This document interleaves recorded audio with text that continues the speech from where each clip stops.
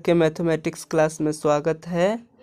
तो बच्चों, आज हम लोग पढ़ने वाले हैं क्लास 10th का फिजिक्स, जिसका पहला चैप्टर हम लोग आज पढ़ने वाले हैं। उस पहले चैप्टर का नाम है प्रकाश के परावर्तन एवं अपवर्तन। तो इस चैप्टर के हम लोग ऑब्जेक्टिव प्रश्न को पढ़ने वाले हैं और यह क्लास 10th का फिजिक्स का चैप्टर 1 है। तो आइए हम इसके प्रश्न को पढ़ते हैं। तो हमारा जो पहला प्रश्न है वह प्रश्न है कि प्रकाश के परावर्तन के कितने नियम होते हैं। तो अब हम लोग 1 नंबर प्रश्न को देखते हैं। तो 1 नंबर जो प्रश्न है वह है कि प्रकाश के परावर्तन के कितने नियम होते हैं।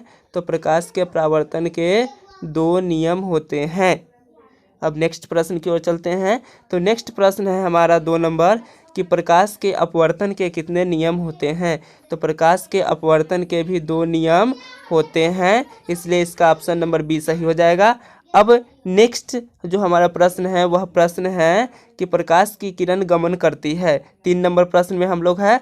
तो प्रकाश की किरण जो गमन करती है वह सीधी रेखा में गमन करती है। अब 4 नंबर प्रश्न की ओर चल रहे हैं।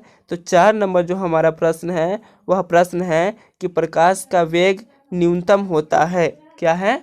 प्रकाश का वेग न्यूनतम होता है। तो इसका जो आंसर हो जाएगा वह हो जाएगा डी, यानी कि 5 नंबर क्वेश्चन की ओर। तो 5 नंबर जो हमारा क्वेश्चन है वह क्वेश्चन है कि प्रकाश के किरणों को समूह को कहते हैं। प्रकाश के किरणों के समूह को कहते हैं, यानी क्या कहते हैं। तो ए में है प्रकाश स्रोत, बी में है किरण पुंज, सी में है प्रदीप्त और डी में है प्रकीर्णन।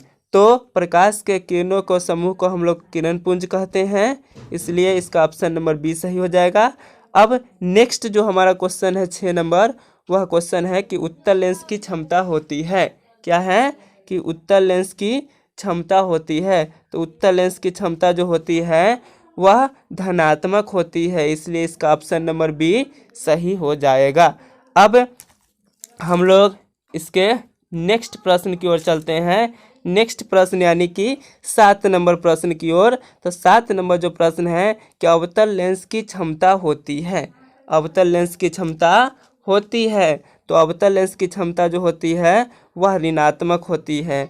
उत्तल लेंस की क्षमता जिस प्रकार से धनात्मक होती है उसी प्रकार से अवतल लेंस की क्षमता जो होती है वह ऋणात्मक होती है। अब हम लोग चलते हैं 8 नंबर प्रश्न की ओर। तो हमारा 8 नंबर जो प्रश्न है वह प्रश्न है कि लेंस की क्षमता का एसआई मात्रक होता है, यानी कि लेंस की क्षमता का एसआई मात्रक क्या होता है।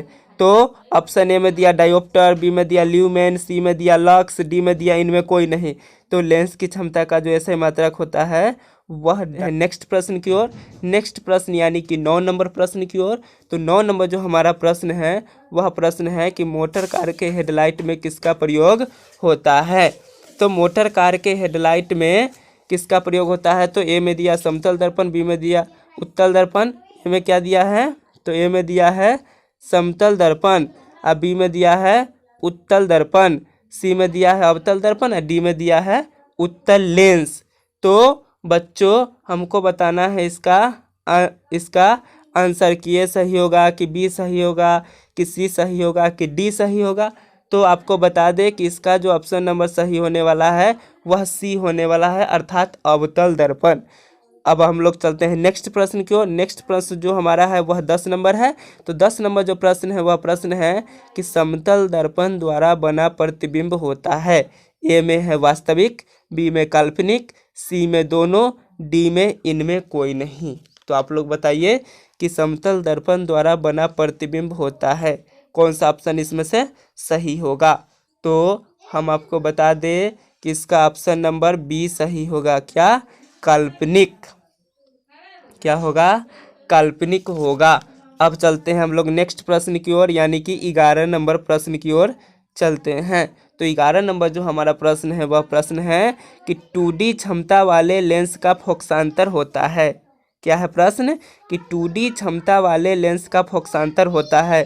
ऑप्शन ए में दिया है 20 सेमी, बी में दिया 30 सेमी, सी में दिया 40 सेमी और डी में दिया है 50 सेमी। तो हम आपको बता दें कि इसका आंसर जो हो जाएगा वह डी हो जाएगा, यानी कि 50 सेमी इसका आंसर हो जाएगा। अब हम लोग चलते हैं नेक्स्ट प्रश्न यानी कि 12 नंबर की ओर। तो 12 नंबर जो हमारा प्रश्न है वह प्रश्न है कि मोटर गाड़ी के चालक के सामने लगा होता है। तो ए में दिया है समतल दर्पण, बी में दिया उत्तल दर्पण, सी में दिया अवतल दर्पण और डी में दिया है कि उत्तल लेंस। तो इसका आंसर क्या होगा बच्चों, आप लोग बताइए। तो इसका आंसर जो हो जाएगा वह बी हो जाएगा, अर्थात उत्तल दर्पण हो जाएगा। अब हम लोग चलते हैं नेक्स्ट प्रश्न की ओर यानी कि 13 नंबर प्रश्न की ओर। तो 13 नंबर जो हमारा प्रश्न है वह प्रश्न है कि उत्तल लेंस को कहते हैं। क्या है प्रश्न कि उत्तल लेंस को कहते हैं। तो उत्तल लेंस को हम लोग अभिसारी लेंस कहते हैं।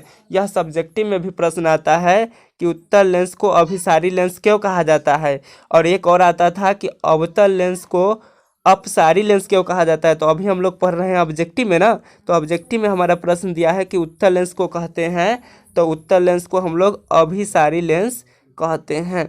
अब चाहे कि अवतल लेंस को कहते हैं। तो अभी अभी हम लोगों ने पढ़ा कि अवतल लेंस को हम लोग क्या कहते हैं, तो अपसारी लेंस कहते हैं। क्या कहते हैं बच्चों, अपसारी लेंस कहते हैं, इसलिए इसका ऑप्शन नंबर सी सही हो जाएगा। अब हम लोग चलते हैं नेक्स्ट प्रश्न की ओर यानी कि 15 नंबर प्रश्न की ओर। तो 15 नंबर जो हमारा प्रश्न है वह प्रश्न है कि निम्न में कौन सा पदार्थ लेंस बनाने के लिए प्रयुक्त नहीं किया जा सकता है। ऑप्शन ए में है जल, बी में है कांच, सी में है प्लास्टिक, डी में है मिट्टी। तो इसका जो ऑप्शन हो जाएगा राइट वह डी हो जाएगा, मिट्टी। अब चलते हैं हम लोग प्रश्न संख्या 16 की ओर। तो प्रश्न संख्या 16 जो हमारा है वह है कि साइड मिरर के रूप में प्रयुक्त होता है। यानी कि साइड मिरर के रूप में इस चारों ऑप्शन में से कौन सा प्रयुक्त होता है। तो ऑप्शन ए है अवतल दर्पण, ऑप्शन बी है उत्तल दर्पण, ऑप्शन सी है उत्तल लेंस, ऑप्शन डी है प्रिज्म। तो इसका जो राइट आंसर होगा वह बी होगा, यानी कि उत्तल दर्पण होगा। अब कि 17 नंबर प्रश्न की ओर। तो 17 नंबर जो हमारा प्रश्न है वह प्रश्न है कि जब प्रकाश की किरण हवा से कांच में प्रवेश करती है तो मुड़ जाती है, यानी किस ओर मुड़ जाती है। ऑप्शन ए है अभिलंब से दूर, बी है अभिलंब के निकट, सी है अभिलंब के समांतर, डी है इनमें से कोई नहीं। तो इसका जो सही आंसर होगा वह बी नंबर होगा, अर्थात अभिलंब के निकट मुड़ जाती है। अब हम लोग चलते हैं नेक्स्ट प्रश्न की ओर यानी कि 18 नंबर प्रश्न की ओर। तो 18 नंबर जो हमारा प्रश्न है वह प्रश्न है कि फोटोग्राफी कैमरा का अभिदृश्यक लेंस होता है। यानी कि फोटोग्राफी कैमरा का अभिदृश्यक लेंस क्या होता है। तो ए में दिया उत्तल लेंस, बी में दिया अवतल लेंस, सी में दिया उत्तल दर्पण, डी में दिया है अवतल दर्पण। तो इसका जो राइट आंसर होगा वह होगा उत्तल लेंस, यानी कि फोटोग्राफी कैमरा का अभिदृश्यक होता है उत्तल लेंस। अब हम लोग चलते हैं नेक्स्ट प्रश्न यानी कि 19 नंबर प्रश्न की ओर। तो 19 नंबर जो हमारा प्रश्न है वह प्रश्न है कि किस दर्पण में हमेशा वस्तु से छोटा प्रतिबिंब प्राप्त होता है। तो ऑप्शन ए में है समतल, बी में है उत्तल, सी में है अवतल, डी में है इनमें कोई नहीं। तो इसका जो आंसर हो जाएगा वह बी हो जाएगा, क्या बच्चों, उत्तल हो जाएगा। अब चलते हैं हम लोग नेक्स्ट प्रश्न की ओर यानी कि 20 नंबर प्रश्न की ओर। तो 20 नंबर जो हमारा प्रश्न है वह प्रश्न है कि किस दर्पण से वस्तु का बड़ा प्रतिबिंब बनता है। किस दर्पण से वस्तु का बड़ा प्रतिबिंब बनता है। तो ए नंबर ऑप्शन है समतल, बी है अवतल, सी है उत्तल, डी है कोई नहीं, यानी कि इनमें से कोई नहीं। तो इसका जो राइट आंसर होगा वह बी हो जाएगा बच्चों, क्या होगा, अवतल हो जाएगा। अब हम लोग वह प्रश्न है 21 नंबर यानी कि 21 नंबर प्रश्न हम लोग अब पढ़ने वाले हैं। तो 21 नंबर जो हमारा प्रश्न है वह प्रश्न है कि एक अवतल दर्पण की फोकस दूरी 10 सेंटीमीटर है तो उसकी वक्रता त्रिज्या होगी। ऑप्शन ए में 10 सेमी दिया है, बी में 20 सेमी दिया है, सी में 30 सेमी दिया है, डी में 40 सेमी दिया है। तो इसका जो राइट आंसर हो जाएगा वह बी हो जाएगा। कैसे होगा यह हम लोग सब्जेक्टिव जब न्यूमेरिकल जब बनाएंगे उसमें आपको बता देंगे, यानी कि बाद में जो वीडियो अपलोड करेंगे उसमें। अब जो हमारा प्रश्न आने वाला है वह 22 नंबर आने वाला है। तो 22 नंबर जो हमारा प्रश्न है वह प्रश्न है कि निर्गत किरण एवं अभिलंब के बीच के कोण को कहते हैं। यानी कि निर्गत किरण एवं अभिलंब के बीच के कोण को क्या कहते हैं?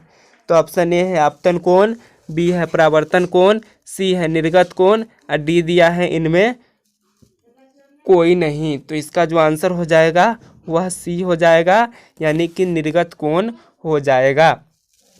अब हम लोग नेक्स्ट प्रश्न में चलते हैं, यानी कि 23 नंबर प्रश्न में।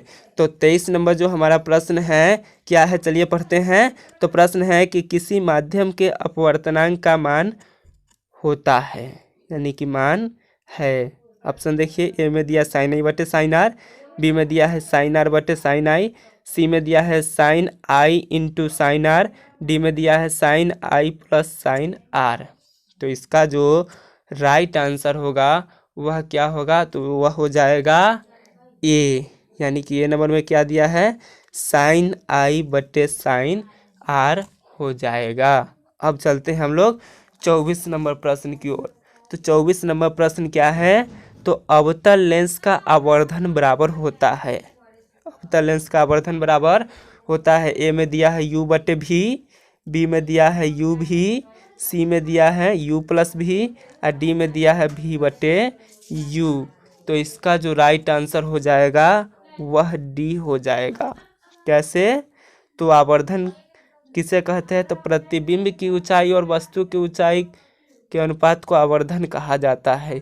इसी के अनुसार इसका जो ऑप्शन हो जाएगा वह डी सही हो जाएगा, यानी भी बटे यू सही हो जाएगा। अब हम लोग चलते हैं नेक्स्ट प्रश्न की ओर, यानी 25 नंबर प्रश्न की ओर। तो 25 नंबर जो हमारा प्रश्न है वह प्रश्न है कि गोलीय दर्पण का फोकसांतर एवं वक्रता त्रिज्या के बीच संबंध है। ऑप्शन है आर बराबर 2f, बी में दिया है 2, सी में दिया है आर बटे 2, डी में दिया है आर बराबर f। तो इसका जो राइट आंसर हो जाएगा वह सी हो जाएगा। अब हम लोग चलते हैं नेक्स्ट प्रश्न की ओर। तो नेक्स्ट प्रश्न जो हमारा है वह 26 नंबर है कि सरल क्या है बच्चों, कि सरल सूक्ष्मदर्शी में किसका उपयोग होता है? तो ऑप्शन ए दिया है अवतल दर्पण, बी उत्तल दर्पण, सी अवतल लेंस, डी उत्तल लेंस। तो इसका जो राइट आंसर होगा वह हो जाएगा डी। क्या हो जाएगा बच्चों? डी उत्तल लेंस इसका सही उत्तर होगा।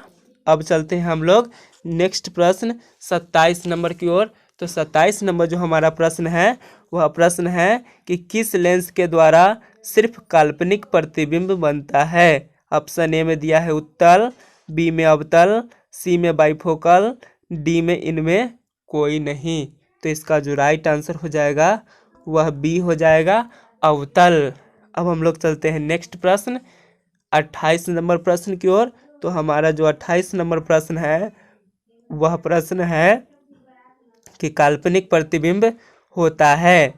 ऑप्शन ए में सीधा, बी में उल्टा, सी में दोनों और डी में कोई नहीं, यानी कि इनमें से कोई नहीं। तो इसका जो राइट आंसर हो जाएगा वह बच्चों हो जाएगा ऑप्शन नंबर ए, यानी कि सीधा।